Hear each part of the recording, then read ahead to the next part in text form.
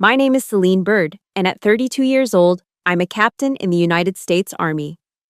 I used to think that service, discipline, and honor were the highest values a person could have. But at my father-in-law's 65th birthday party, he told me otherwise.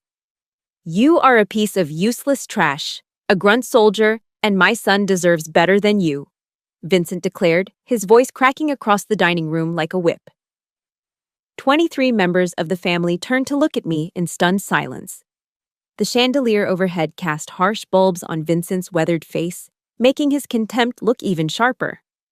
He turned to the wife of a business partner sitting next to me and said, "Now that's a real wife." They didn't know that this grunt soldier was the anonymous investor who had saved his empire from bankruptcy.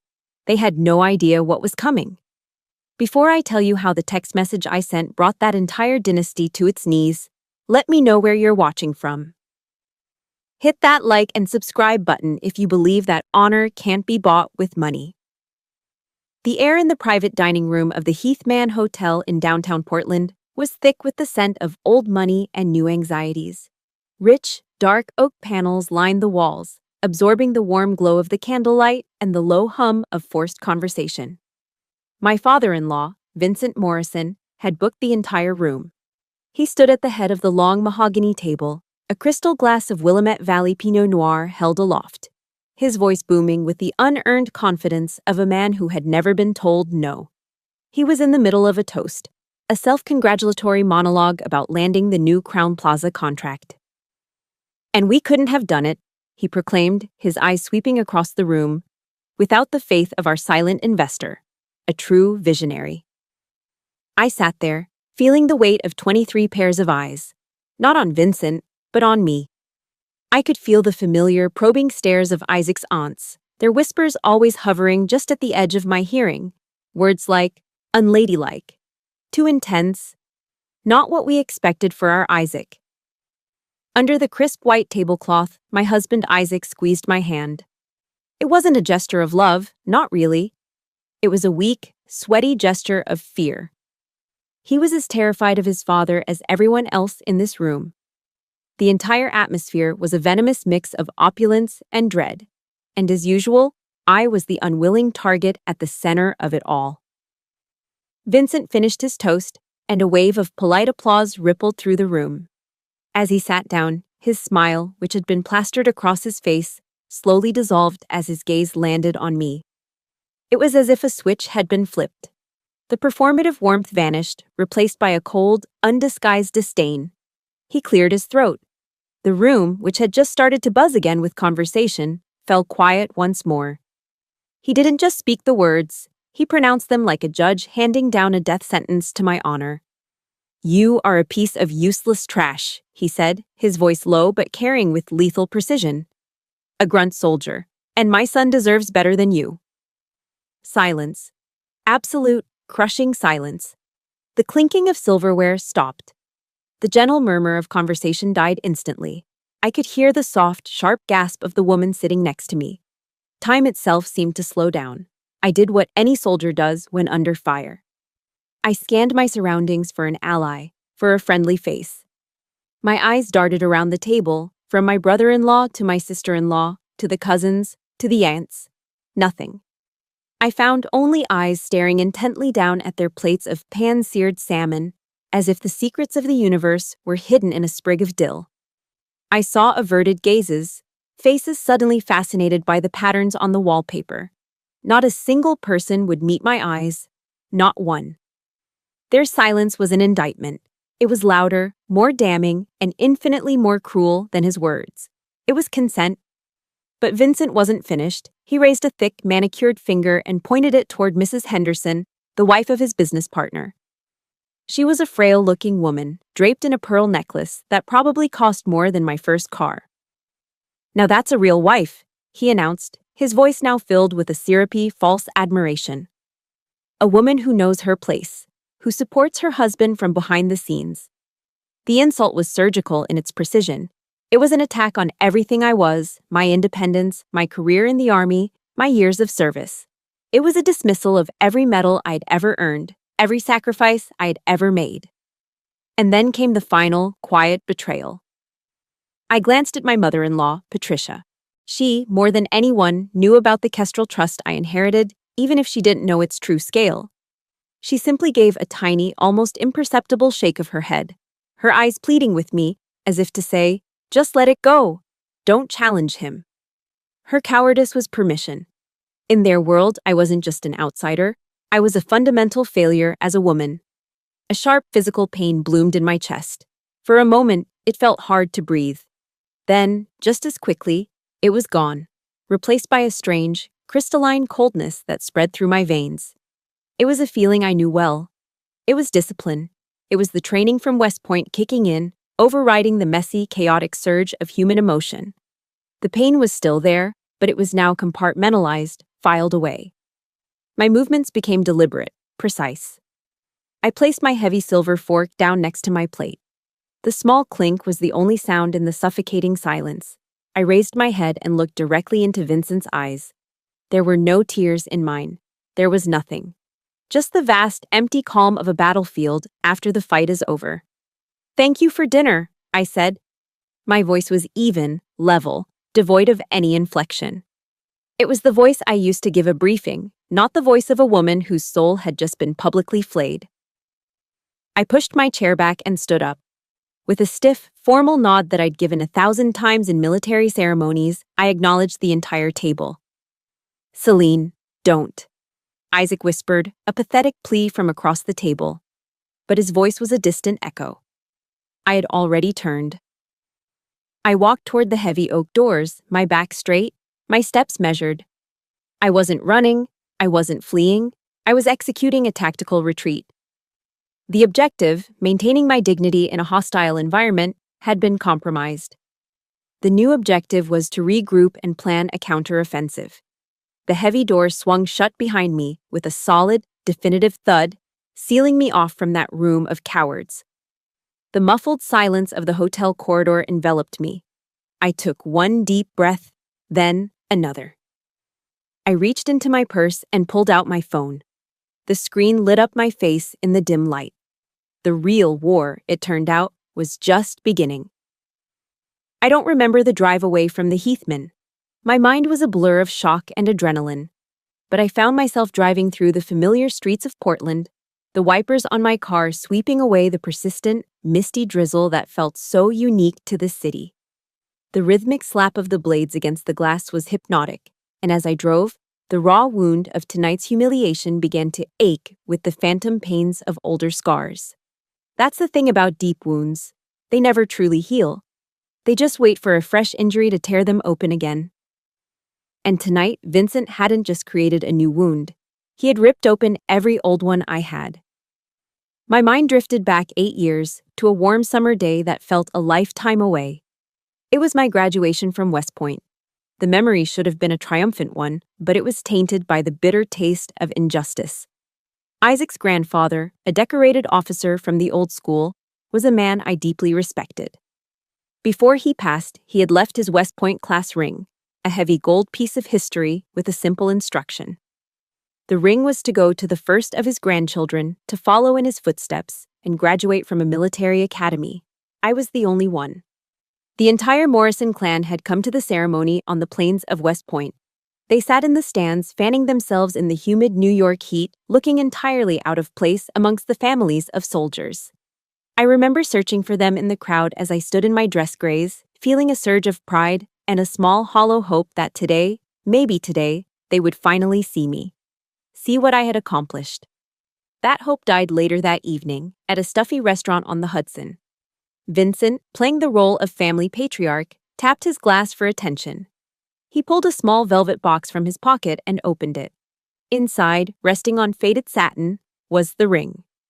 My heart pounded in my chest. This was it. This was the moment of acceptance. But Vincent didn't look at me. He looked past me, to Isaac's older brother, David, a mid-level investment banker with soft hands and a cynical smile. Vincent stood up, walked over to David, and presented the ring to him.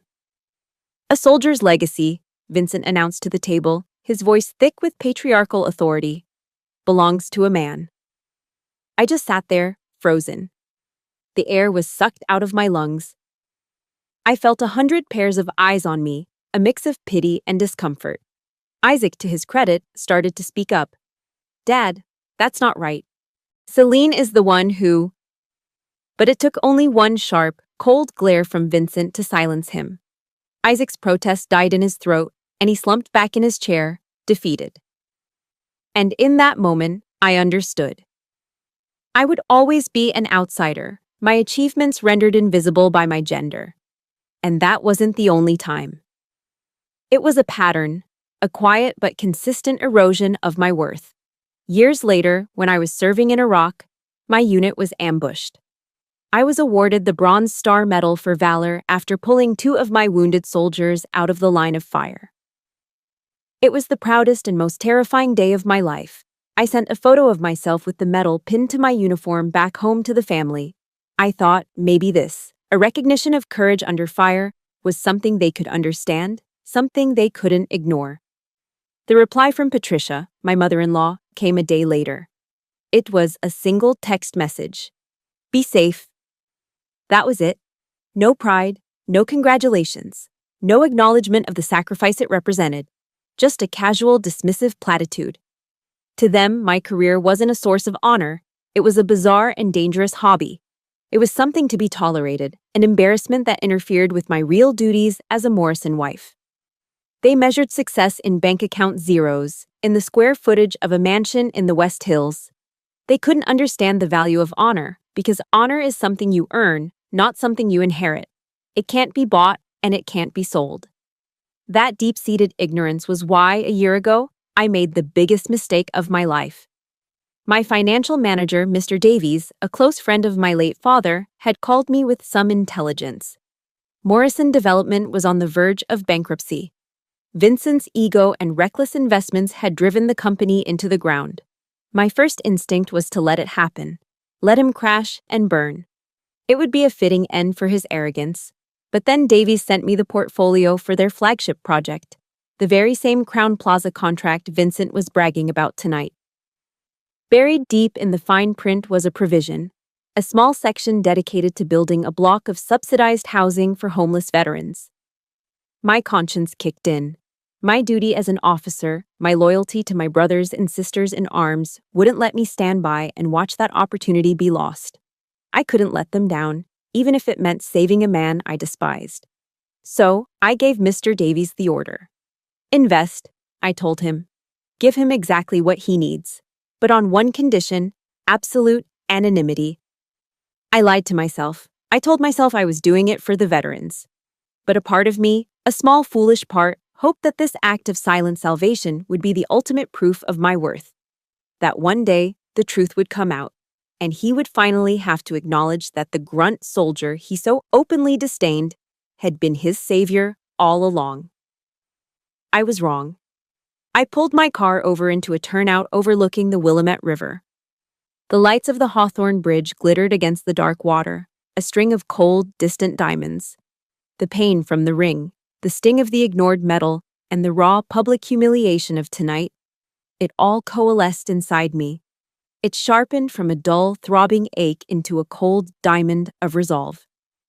They had spent years chipping away at me, trying to make me feel small, invisible. They had tried to take my honor. Now, I was going to take the only thing they had ever valued: their money, their status, their entire hollow empire. I picked up my phone, my fingers steady. I scrolled through my contacts and pressed the call button for Mr. Davies. He answered on the first ring. My voice, when it came out, was devoid of all emotion. It was the voice of a commander giving an order. "Mr. Davies," I said.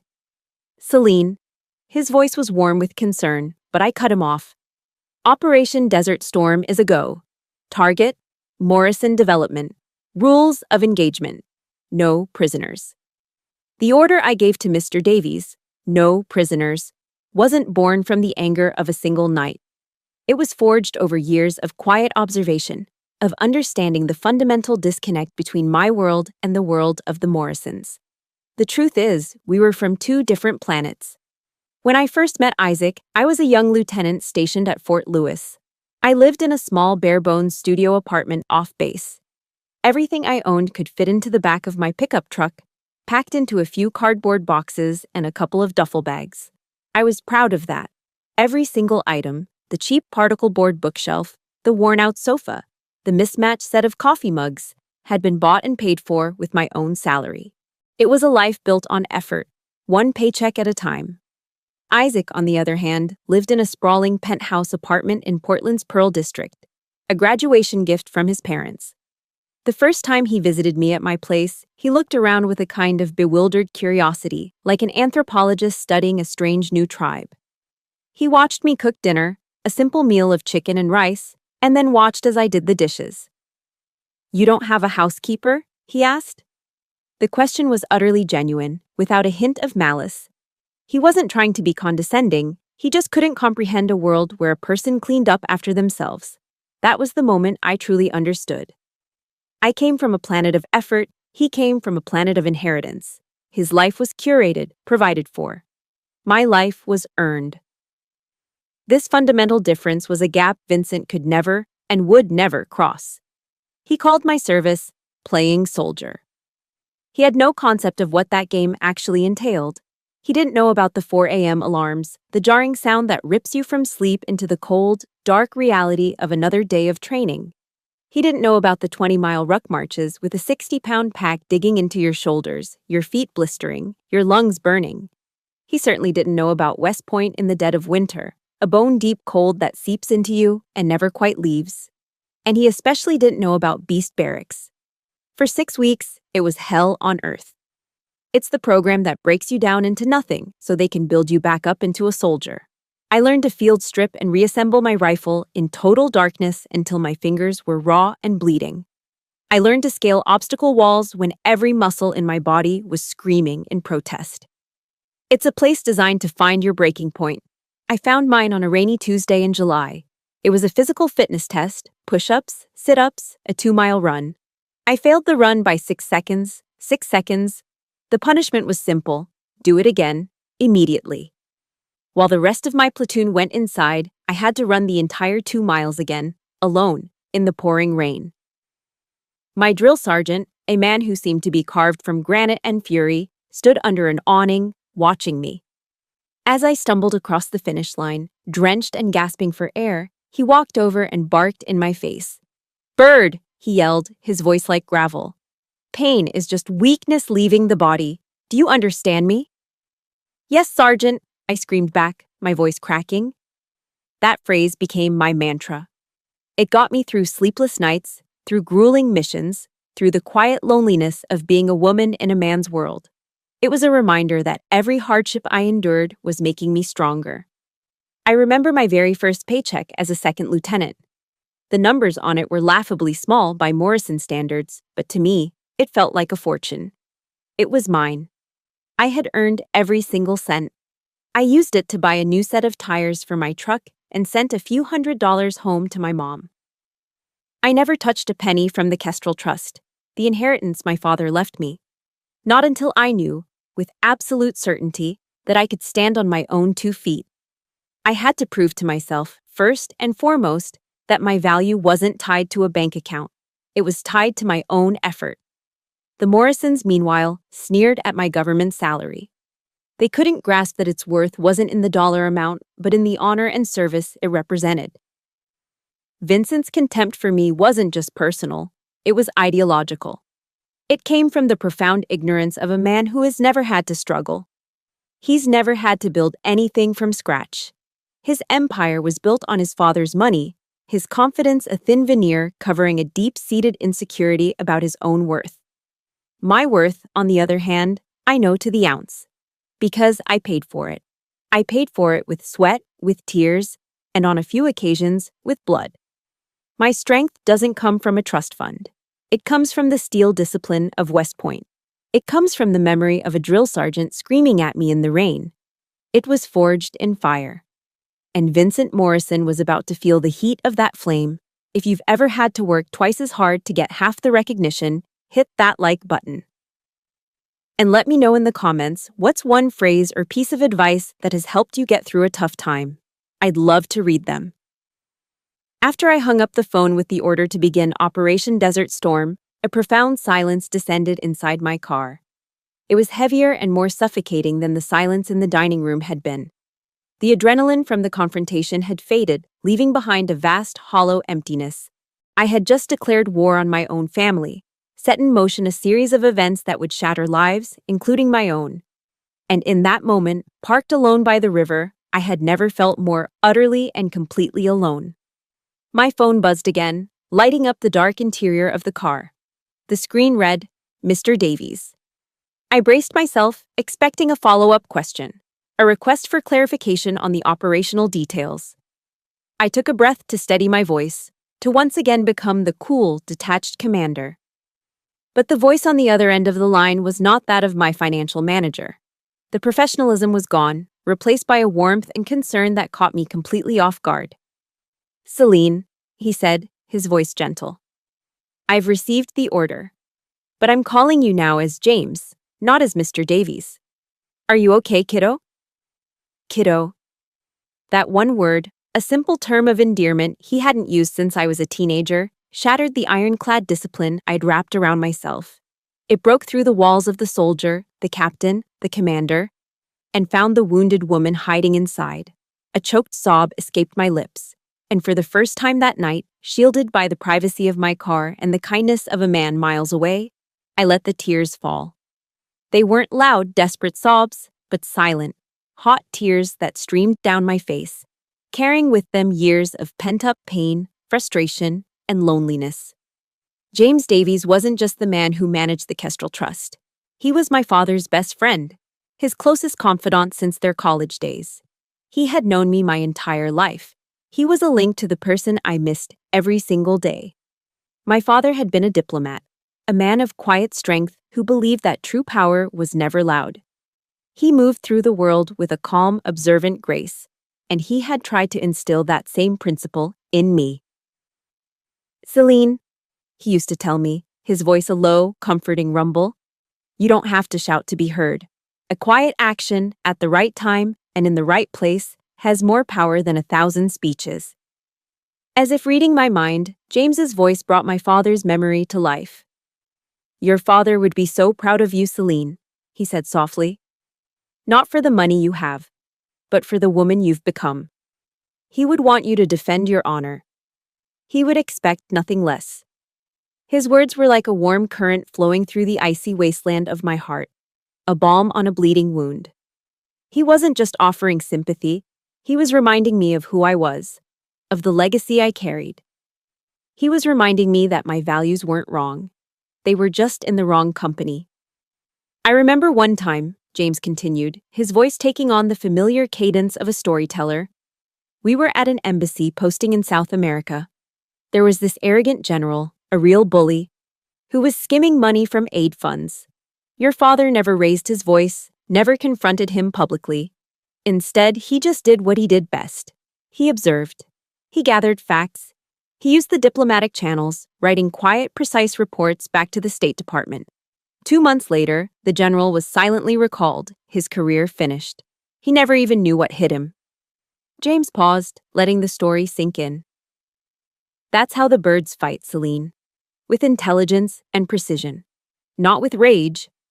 He wasn't just giving me a pep talk. He was giving me a battle plan. He was reminding me that my last name was more than just a name. It was a strategy. It was a legacy of quiet, unshakable strength. In that moment, he felt more like family to me than the 23 people I had just left behind. He was family built on a foundation of shared memories and mutual respect, not on the hollow pretense of a shared bloodline. Before we ended the call, James said something that I would carry with me into the coming storm. Vincent Morrison is a small, petty man, Celine. The kind of man who has to tear others down to feel tall. Don't you ever let his smallness define your worth. His voice shifted then, becoming firmer, the way a coach speaks to his player before the big game. Now, you get some rest, Captain. Tomorrow we show him what a soldier's strength really looks like. When the call ended, I sat in the silence for a long time. But it was a different kind of silence now. The hollowness was gone, replaced by a renewed sense of purpose. The tears had stopped. The cold, crystalline resolve had returned, but this time it wasn't brittle with loneliness. It was fortified with the strength of an alliance. I was no longer fighting alone. I was fighting for my honor, for my family's legacy, and with the unwavering support of a true and loyal friend. The storm was coming for the House of Morrison, and I was ready to command it. I woke up the next morning before my alarm, the quiet determination from the night before still humming in my veins. The first assault didn't come from a market downturn or a lawyer's letter. It came, as it always did, through my phone. It started with a single text from Isaac, then another, and another, until my phone was buzzing nonstop on the nightstand. It was a digital deluge of panicked pleas. "Celine, please, we need to talk. Dad was wrong. I know he was. Call me. Please don't do anything reckless." Reckless? I stared at the word on my screen. The reckless thing was allowing myself to endure years of quiet humiliation. The reckless thing was believing that my service and my accomplishments might one day earn me a seat at their table. Standing up for myself wasn't reckless. It was long overdue. Then came the texts from Patricia, my mother-in-law. Hers were crafted with the subtle artistry of a lifelong manipulator. She adopted the tone of a victim, the heartbroken matriarch watching her family crumble. "Celine, you're tearing this family apart. Vincent is just a blunt man. You know how he is." And the final, masterfully guilt-inducing message: "How can you let one little comment destroy everything we have?" I read each message, my anger simmering into a cold, hard knot in my stomach. There were no apologies, not one. There was no acknowledgement of the pain they had caused. There was only blame. In their narrative, I wasn't the one who had been publicly humiliated. I was the one causing the problem. My reaction was the issue, not their action. I ignored them all. At 9 a.m. sharp, I was at my desk in my home office, connected via a secure video call with James. We were going over the final sequence of events, the precise timing of the capital withdrawal notifications. My laptop screen was filled with spreadsheets and legal documents. It was my new battlefield, and I felt more at home here than I had at that dinner table. Suddenly, the doorbell rang. Through the security camera feed, I saw him. Isaac. He looked terrible. His usually perfect hair was a mess, and his expensive suit was wrinkled. He looked like he hadn't slept at all. I buzzed him in.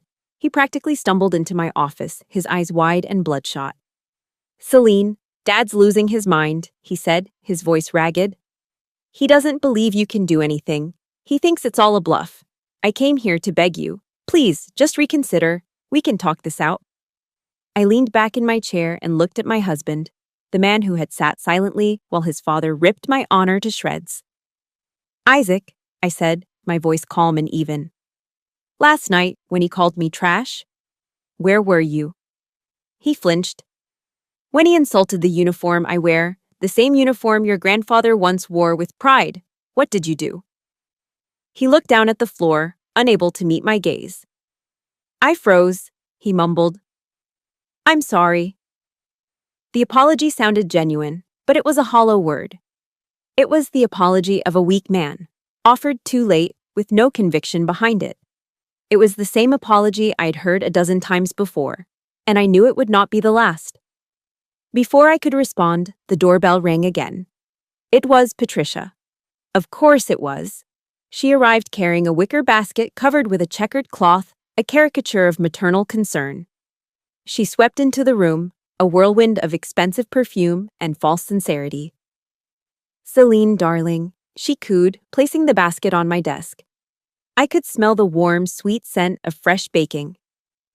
Blueberry muffins, as if a cheap pastry could somehow patch the gaping wound she had helped create. "We're family, and families forgive each other. Vincent is terribly sorry for what he said." Her performance was flawless, but her eyes gave her away. They kept darting from my face to the leather-bound portfolio on my desk, the one containing the Kestrel Trust's operational plans. Her eyes were hungry and filled with fear. She wasn't here for me. She was here for the money. She was here to protect her lavish lifestyle, her country club membership, her next trip to Europe.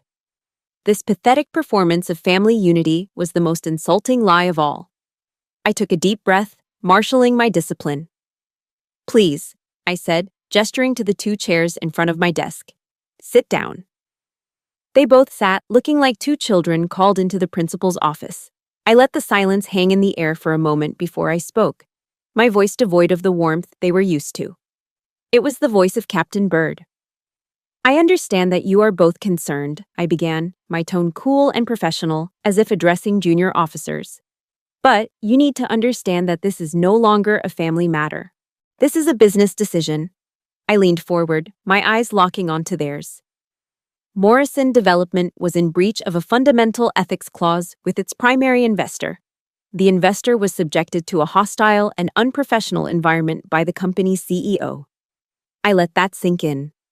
Isaac and Patricia stared at me, their faces a mixture of confusion and dawning horror. They were looking at me as if they had never seen me before, and maybe they hadn't. And that investor, I concluded, my voice dropping to a near whisper but carrying the weight of an execution order, which is me, has decided to withdraw her confidence. The Celine they knew, the quiet, accommodating, endlessly patient woman who endured their slights and insults, had died in that dining room last night. The person sitting before them now was Captain Bird of the United States Army, and she was on a mission. Isaac was in the middle of a rambling, desperate appeal about family legacy and the importance of forgiveness. Beside him, Patricia nodded emphatically, her expression a carefully constructed mask of maternal sorrow. It was a pathetic, two-pronged assault of guilt and fear, and it was failing spectacularly. My eyes flickered to the digital clock on my wall. It was 9:55 a.m., as if on cue, my phone rang. Its vibration a sharp buzz against the polished wood of my desk. The screen lit up with a name I had been expecting. Vincent. A slow, cold smile touched my lips. This was the final piece of the puzzle, the catalyst he was about to provide. "Excuse me," I said, holding up a single finger to cut off Isaac's stammering plea. He fell silent. I answered the call and, with a deliberate movement, pressed the speakerphone button, placing the phone in the center of the desk. The room was instantly filled with the sound of pure, undiluted rage. "What the hell do you think you're doing?" Vincent's voice roared from the small speaker, so loud it felt like he was physically in the room. Isaac and Patricia flinched, shrinking back in their chairs. It was a conditioned response, honed over years of living under his tyrannical rule. "Who do you think you are, threatening me?" Vincent bellowed on. "You're a grunt soldier, a nobody. What could you possibly know about real business? I'm giving you 5 minutes, 5 minutes to call off whatever stupid little game you're playing. You call your people, you tell them it was a mistake, and you apologize. You do that, or so help me God, you'll regret the day you ever met my son." His arrogance was a force of nature. Even now, teetering on the edge of an abyss he couldn't see, his instinct wasn't to question, but to dominate. He was issuing a command, fully expecting me to crumble, as his wife and son always did. He was so blinded by his own power, he couldn't recognize he was holding a losing hand. And that was it. That was the final straw. Any microscopic, lingering thread of doubt, any vestigial sense of obligation to the family name I carried, vaporized in the heat of his rage. This wasn't a man who had made a terrible mistake. This was a bully, furious that his victim was finally fighting back. He was irredeemable. I glanced across the desk at Isaac and Patricia. I saw the familiar, naked terror in their eyes, the same paralyzed fear that had kept them silent and complicit. They were still his prisoners, trapped in a gilded cage. But I was not. My training had prepared me for moments like this. When faced with an irrational force, you do not engage, you neutralize. I leaned toward the phone. The entire room seemed to hold its breath. My voice, when I spoke, was not loud, but it cut through his roaring with the clean, cold precision of a surgeon's scalpel. "You have 4 minutes, Vincent." And then I hit end call. The abrupt silence that followed was more shocking than his yelling had been. Isaac and Patricia stared at me, their mouths open, their faces etched with terror and disbelief. I gave them no attention. I turned my full focus to my laptop screen, where James's calm, serious face was waiting. Our eyes met through the camera. He hadn't heard the call, but he saw the look on my face. He knew. The time for deliberation was over. James, I said, my voice crisp, clear, and stripped of all emotion. Execute. James gave a single, sharp nod, a gesture of unwavering trust. Understood, Captain, he replied, his expression grim but resolute. 3 communiques will be dispatched simultaneously at 10 SAR for race hours. What communiques? Isaac finally managed to stammer, his voice a reedy whisper. Celine, what are you doing? I didn't answer him. My eyes were fixed on the large digital clock on my wall. 9:56. The second hand swept around the face in a smooth, relentless arc. The world outside seemed to fade away. The only thing that mattered was the countdown, the final ticking seconds of the Morrison Empire as they knew it. 9:57. Patricia was rocking slightly in her chair, wringing her hands, her knuckles white. 9:58. Isaac was staring at me now, the fear in his eyes being replaced by a dawning, horrified comprehension. He was finally connecting the dots, finally starting to understand the scale of the power he had never known I possessed. 9:59. I could feel my own heart beating against my ribs, a steady, rhythmic drum. This wasn't a hot-blooded act of revenge. This was a cold, calculated tactical strike. This was justice. 10 dears. A soft, almost imperceptible ping sounded from my laptop's speakers, a single digital chime that signaled the end of an era. It was done. 3 digital missiles, launched from servers on opposite sides of the country, had just hit their targets. The first was a formal, legally binding email, sent from the Kestrel Trust's legal team on Wall Street to Vincent's corporate attorneys. The subject line was brutally efficient. Immediate and full withdrawal of all capital investment from Morrison Development. The second was a detailed, personal email sent from my account to Isaac's. It contained a full history of the Kestrel Trust, my role as its sole director, and my reason for investing, specifically citing the provision for veterans' housing. The entire truth, in cold, hard, undeniable black and white. And the third, the simplest and most devastating of all, was a text message. Sent from my phone directly to Vincent's, it contained just 7 carefully chosen words. I picked up my phone from the desk. Isaac and Patricia watched my every move as if I were a queen cobra about to strike. I turned the screen toward them, holding it steady in the silent room. On it, the text I had just sent to Vincent was displayed in a stark, green bubble, the delivery confirmation right below it. It read, "You should never underestimate a soldier."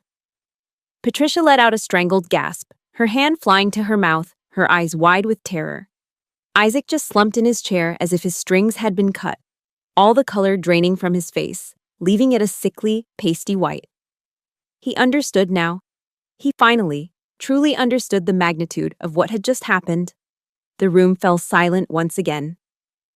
But this wasn't the suffocating, shameful silence of the night before. This was the cold, profound, and final silence of an execution chamber after the sentence has been carried out. And I was the one who had pulled the switch. If you're on my side, hit that like button. And for the comment, I want you to finish this sentence for me. The best revenge is Rose. Let's see what you've got. The silence in the room after the ping lasted less than 60 seconds, but it felt like an eternity. It was a vacuum, a void of disbelief where Isaac and Patricia were suspended, unable to process what had just happened. Then chaos erupted. Isaac's phone buzzed violently on the floor where he'd dropped it minutes earlier, but he didn't move. A second phone, his work cell, began ringing from his jacket pocket, a frantic, tinny melody. Simultaneously, a notification chimed on his smartwatch. It was the email I had sent him. He fumbled for his phone on the floor, his hands shaking so badly he could barely grip it. He answered the call. "What?" he snapped, his voice tight with panic. It was his assistant. I could hear the frantic squawking on the other end. As he listened, his eyes scanned the email on his watch. I watched the information register on his face. I saw his pupils dilate in horror, his jaw go slack. He was a man watching his entire reality crumble in real time. Cancel everything, he stammered into the phone. Just cancel it." He didn't even end the call. The phone just slipped from his trembling fingers and clattered onto the hardwood floor for a second time. He slowly raised his head to look at me. The man I was looking at was not my husband. He was a stranger, his face a horrifying cocktail of fear, disbelief, and a strange, terrifying kind of awe. It was the look a primitive man might give to a lightning strike. "Kestrel," he whispered, his voice shattered. "The Kestrel Trust. It's you?" He shook his head, a jerky, desperate motion. No, it can't be. Dad said, he said it was an investment fund from New York. He said he met with them. I remained perfectly still in my chair, my hands resting calmly on the desk. "He never met with them, Isaac," I said, my voice measured and clear. "He met with their lawyers, and those lawyers work for James Davies. And James Davies works for me." I let each piece of information land like a carefully placed stone, sending ripples across the wreckage of his understanding. For the last 18 months, 80% of Morrison Development's liquid capital has come from the Kestrel Trust. From my trust. I paused, letting the sheer scale of it sink in. And Isaac, the only reason I invested, the sole reason that provision was made, was because of the veterans' housing component in the Crown Plaza project. The military career your father despises, the service he calls playing soldier, is the only thing that has kept his empire from collapsing for the last year and a half. The final piece clicked into place. I saw it in his eyes, the dawning horror. Isaac sank back into his chair and buried his face in his hands, a low, guttural moan escaping his lips. "Oh my God," he breathed into his palms. All this time, he was praising them. He was toasting the anonymous investor. He was talking about you. The whole time, he was talking about you. Just then my own phone began to ring, the name Vincent flashing on the screen. His rage had found its target. I looked at the screen, then calmly pressed the red decline button. The ringing stopped. A second later, a text message notification appeared. The message was in all caps, a testament to his helpless fury. "You bitch! What did you do?" I picked up my phone and held it out for Isaac to see. He raised his head, his eyes red-rimmed and hollow, and read the message. He then looked from the phone back to me, and for the first time, I saw not just fear, but a profound, soul-deep shame wash over his face. "I'm so sorry, Celine," he whispered, his voice choked with regret. I had no idea." Patricia, who had been frozen in a state of catatonic shock, finally broke. A loud, wrenching sob tore from her throat. It wasn't a cry of sympathy for me. It was the sound of pure, selfish despair. "Oh dear God, Vincent," she wailed, her words muffled by her hands. "What has he done? What has he done to us?" They finally understood. This wasn't a family argument that could be smoothed over with blueberry muffins and empty apologies. This was a war. And it was a war they had already lost before they even knew they were fighting. I looked at Isaac, at the broken man who was my husband. My voice was no longer that of a wife. It was the calm, analytical voice of an officer delivering an after-action report. "Your father went to business school, Isaac. I went to West Point. There, they teach a military doctrine called shock and awe. The principle is simple. You overwhelm your adversary with a display of superior force so sudden and so devastating that it paralyzes their will to fight." I stood up, my chair making a soft scraping sound on the floor. I was in command. "The war ended at 10:01 this morning when you read that email. All of this," I said, gesturing to the weeping woman and the broken man before me. "This is just clearing the battlefield." I was no longer their daughter-in-law. I was no longer Isaac's quiet, compliant wife. I was a force they had foolishly provoked. And now, they would all have to face the consequences. I didn't have to wait long. Exactly 15 minutes after I had declared the end of the war, the sound of squealing tires echoed from the street outside. A black Bentley sedan swerved violently into my driveway, braking so hard the car lurched forward on its suspension. The driver's side door flew open before the engine was even off, and Vincent Morrison stormed out, his face a mask of purple rage. He didn't even bother to close the car door behind him. This wasn't an arrival. It was a desperate invasion. He pounded on my front door, the heavy thuds vibrating through the house. Isaac, who had been sitting in a catatonic state, jumped up and rushed to the door. "Dad, wait, don't," he began, but it was useless. Vincent shoved his own son aside with a guttural roar, sending Isaac stumbling back into the foyer. He stormed into my home, his eyes wild and bloodshot, searching for me. When he saw me standing calmly in the doorway of my office, he pointed a trembling finger. "You!" he screamed, his voice hoarse with a mixture of fury and panic. "What did you do?" He took a few steps closer, his chest heaving. "This is some kind of fraud, a trick. You can't be the Kestrel Trust. You're just a goddamn grunt soldier." His denial was so absolute, so profound, it was almost pathological. He was a man drowning, and the truth was the water filling his lungs. He simply could not process a reality where I held any power over him. I didn't say a word. I didn't need to. The battlefield had been prepared. I simply met his crazed glare with a look of utter calm and gestured with my head toward the large monitor on my office wall. "In here, Vincent." He hesitated for a second, then barged past me into the office. Isaac and Patricia hovered nervously in the doorway behind him, watching the final act of their family tragedy unfold. On the 65-inch screen, I already had the secure login portal for the Kestrel Trust open. I entered my credentials. The first page that loaded was the asset overview. The numbers were staggering. A real-time tracker showed the total value of the trust, a 9-figure sum that danced and flickered with the market's every move. I watched Vincent's face in the reflection on the screen. The apoplectic rage began to recede, replaced by a flicker of confusion and a dawning, sickening dread. The numbers were irrefutable. Without a word, I clicked to the next tab, Transaction History. I had filtered it to show only one recipient, Morrison Development. Line by line, the screen filled with a meticulous record of every capital injection, every wire transfer that had kept his company afloat for the last 18 months.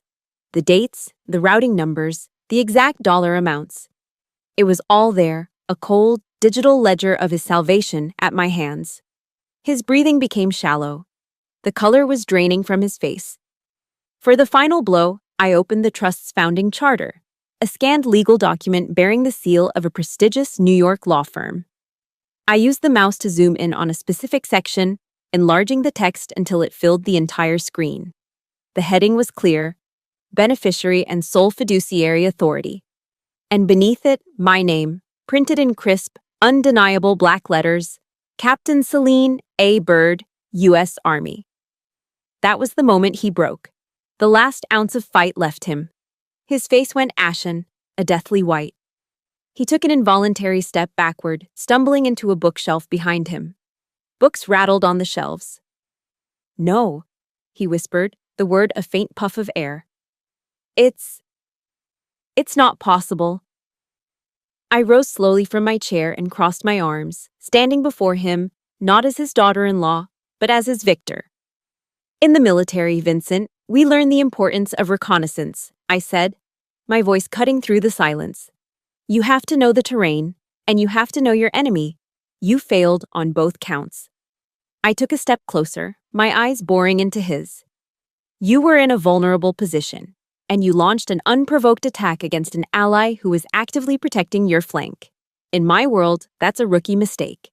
It's the kind of tactical error that gets soldiers killed." I let the words hang in the air, a final, damning assessment. "For you, it's just going to cost you everything." As if on cue, as if orchestrated by some cosmic director, his phone began to ring. A shrill, panicked sound in the silent room. He fumbled for it in his pocket, his hand shaking uncontrollably. He looked at the caller ID. It was his primary lender at the bank. He stared at the screen, paralyzed, and let it go to voicemail. It immediately began ringing again. A different number. I recognized the name of his business partner's lead attorney. He silenced it. A third call came through, this time from the City of Portland Planning Commissioner. The financial storm had hit. The network of power and influence he had spent a lifetime building was collapsing in on him in real time, one phone call at a time. He looked at the phone, then his eyes darted up to meet mine. The rage was gone. The denial was gone. All that was left was the raw, naked desperation of a defeated king. "Celine," he started, his voice a pathetic, pleading rasp. We're family." I looked at him, at this small, broken man standing amidst the ruins of his own arrogance. My expression was as cold and hard as a block of ice.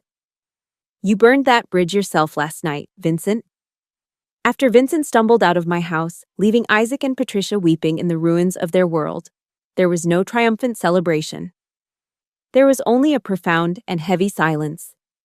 Victory, it turns out, is a quiet affair.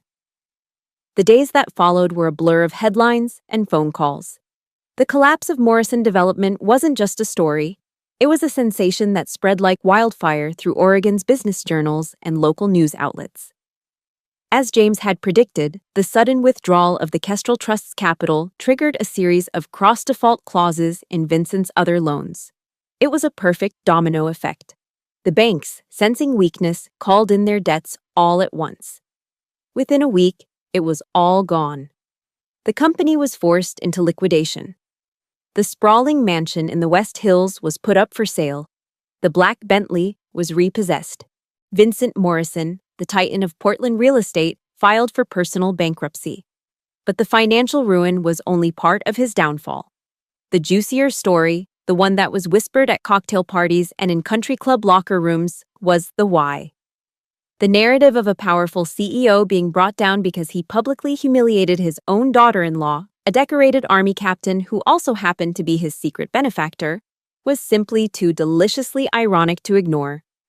He didn't just lose his fortune, he lost his reputation. He became a cautionary tale, a social pariah, a joke. And for a man like Vincent, that was a fate worse than poverty. A few days later, Isaac asked to meet. We chose a small, neutral coffee shop in the Alphabet District, a place with no memories attached. He looked thinner, the confident swagger he once had completely gone, replaced by a quiet, somber humility. He stirred his black coffee, his eyes focused on the swirling liquid. "I filed for legal separation from my parents," he said, his voice low. He finally looked up at me, and his eyes were clear, filled with a sad resolve. "I can't be a part of that toxicity anymore, Celine. I should have stood up for you. I should have stood up for myself, years ago." He pushed a small velvet box across the table toward me. It was the same box I remembered from my graduation dinner. My breath caught in my throat. I opened it. Inside, resting on the faded satin, was his grandfather's West Point ring. "This belongs to you," he said softly. "It always has." I stared at the ring, the heavy gold a symbol of so much pain and injustice. But now it felt different. It felt like a reclamation. I didn't put it on. Instead, I simply closed the box. "Thank you, Isaac," I whispered. It was a bittersweet and necessary moment. A part of me still loved the man sitting across from me, but there was too much broken glass between us, too many years of him choosing silence over me. We agreed to a trial separation, a chance for both of us to heal on our own, away from the wreckage of his family. As we said goodbye on the rain-slicked sidewalk, I didn't know if we would ever find our way back to each other. But for the first time, I felt at peace with that uncertainty. A week later, a handwritten letter arrived in the mail. The envelope was made of thick, expensive cream-colored paper, and the return address was a new, much smaller apartment. It was from Patricia. I almost threw it away, but my curiosity got the better of me. I sat and read it. It was not the letter I expected. There were no excuses, no attempts to defend Vincent. It was a simple, stark apology. She apologized not just for the events of that night, but for her years of silence, for her complicity, for her weakness. "You deserved so much better," she wrote in her elegant, looping cursive. "I hope one day you can find it in your heart to forgive my cowardice." I folded the letter and put it back in the envelope. I felt a flicker of something, pity perhaps, but not forgiveness. Forgiveness is a long journey, and it was one I needed to start alone, for myself. I never replied. Before my leave was up and I had to return to my unit, there was one last piece of business to attend to. It was a final move on the chessboard, a psychological checkmate. Through James, the Kestrel Trust announced a major new partnership. We were teaming up with a different Portland-based construction company, a rising firm founded and run by a former Marine Corps combat engineer, and our first joint project was announced with a press release and a large sign erected on a newly acquired plot of land. The project, a state-of-the-art residential and support center for homeless and at-risk veterans, a place for healing, for training, for rebuilding lives. The location, a prime piece of real estate directly across the street from the now empty, sealed-up former headquarters of Morrison Development. Every day, for the rest of his life, whenever Vincent Morrison dared to drive past the tombstone of his fallen empire, he would be forced to look at the legacy being built in its place. He would see a monument to the very values he had scorned, a testament to the community he had called worthless. It was my final message to him and to the world. The legacy of service will always outlast the legacy of greed. A year later, I returned to Portland on leave. The city was just as I remembered it. The persistent gray sky, the scent of damp earth and coffee, the familiar silhouette of Mount Hood on the horizon. The city hadn't changed, but I had. The first thing I did was visit the construction site across from the empty shell of the Morrison Development building. What was once a vacant lot was now a bustling hub of activity. Concrete foundations were poured, steel frames reached for the sky, and the sounds of saws and hammers filled the air. It was the sound of something new being born from the ashes of something old. I stood there for a long time, watching the walls go up, feeling a profound sense of pride that was deeper and more satisfying than any victory I'd ever felt in my war with Vincent. This was the real victory. This was the real legacy. The site foreman, a burly man with a Marine Corps tattoo on his forearm, came over to greet me. He was the owner of the company I'd partnered with. He wiped his dusty hand on his jeans before shaking mine, his grip firm and respectful. "Captain Bird," he said with a wide grin. "Good to see you. She's coming along, isn't she?" "She is," I said, unable to stop smiling. "It's incredible." He looked from the rising structure back to me, his expression turning serious. "You know, Captain," he said, his voice lowering with sincerity. "What you're doing here, it's more than just building apartments. You're rebuilding lives. You're giving guys who were left behind a second chance. Don't ever forget that." His words hit me with the force of a physical blow, but in the best possible way. He was right. The anger that had fueled me for so long was gone, replaced by something warmer, something more constructive. I no longer carried the heavy burden of resentment. I'd found a better use for my strength. Later that week, I met with Isaac. Our separation had been good for him. He had moved to Seattle, taking a position at a smaller, independent firm where he could make a name for himself, free from the long, toxic shadow of his father. He was building his own life, on his own terms. We had started talking again, first with tentative texts, then with long phone calls that lasted late into the night. We were, slowly and cautiously, starting over. The love between us, I realized, had never truly died. It had just been buried under years of fear, silence, and misplaced loyalty. Now it was being rebuilt, piece by piece, on a new foundation of honesty, equality, and mutual respect. Maybe one day we'll find our way completely back to each other. Maybe we won't. But for the first time in our relationship, the future felt like a blank page, not a history book we were doomed to repeat. And that was a beautiful thing. I now wear the West Point ring, not on my finger, but on a simple silver chain around my neck.